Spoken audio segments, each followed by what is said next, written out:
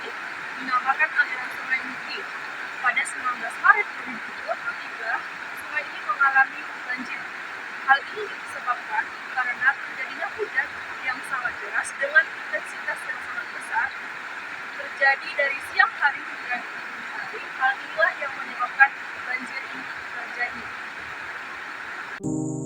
Banjir merupakan bencana alam yang paling sering terjadi di Indonesia.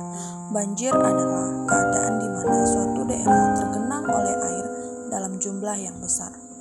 Kedatangan banjir dapat diprediksi dengan memperhatikan curah hujan dan aliran air. Namun, kadangkala banjir dapat datang tiba-tiba akibat dari angin badai atau kebocoran tanggul yang biasa disebut banjir bandang. Penyebab banjir mencakup curah hujan yang tinggi, permukaan tanah lebih rendah dibandingkan muka air laut, wilayah terletak pada suatu cekungan yang dikelilingi perbukitan dengan sedikit resapan air, pendirian bangunan di sepanjang bantaran sungai, aliran sungai tidak lancar akibat terhambat oleh sampah, serta kurangnya tutupan lahan di daerah hulu sungai. Meskipun berada di wilayah yang bukan langganan banjir, setiap orang harus tetap waspada dengan kemungkinan bencana alam ini.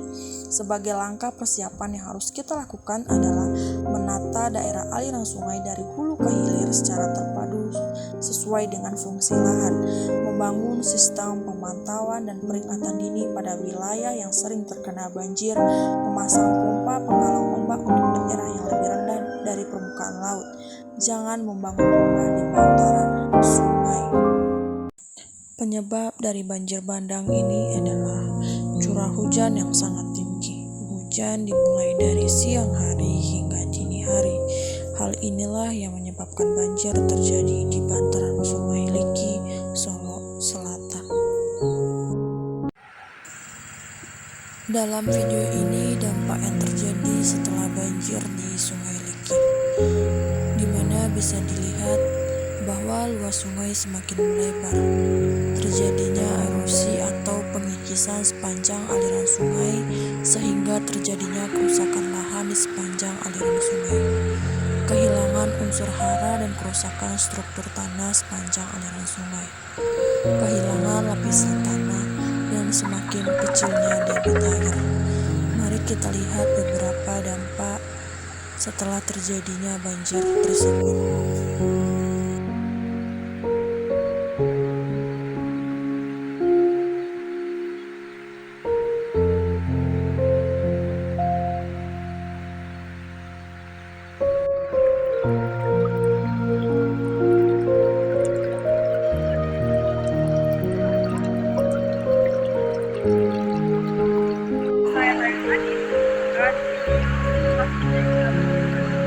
Akibat dari banjir bandang tersebut, terjadinya pengerusakan debit sungai, kerusakan ekosistem sungai, dan terjadinya pelebaran sungai.